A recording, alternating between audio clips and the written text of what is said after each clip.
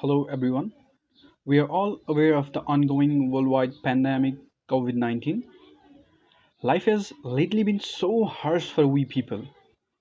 Since the coronavirus particularly attacks human lungs and has obstruction on the respiratory system, mortality rate has massively risen just because there's lacking of oxygen ventilators in the hospitals. Increasing number of COVID patients created high demand on the oxygen cylinder, oxygen ventilators and concentrators. So we have come up with the idea of feasible and functional mechanical ventilator which uses locally available resources and can be fabricated easily and at low cost. Human lungs uses reverse pressure generated by contraction motion of the diaphragm to suck in air for breathing. A contradictory motion is used by a ventilator to inflate the lungs by pumping type motion. A ventilator is a machine that provides mechanical ventilation by moving breathable air in and out of the lungs to deliver breath to a patient who is physically unable to breathe or is breathing insufficiently. Alternatively, a ventilator can also be made with a simple and hand operated bag valve mask. Mechanical ventilator is a machine that is made up of simple moving mechanical parts which helps to pump the hand operated big valve mask and supply the input oxygen into the lungs.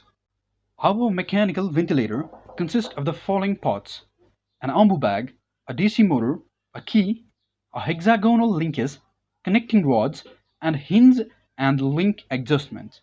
An ambu bag is a silicon ventilator bag which is coupled driven by the DC motor. The working mechanism of a mechanical ventilator is simple and easy to understand.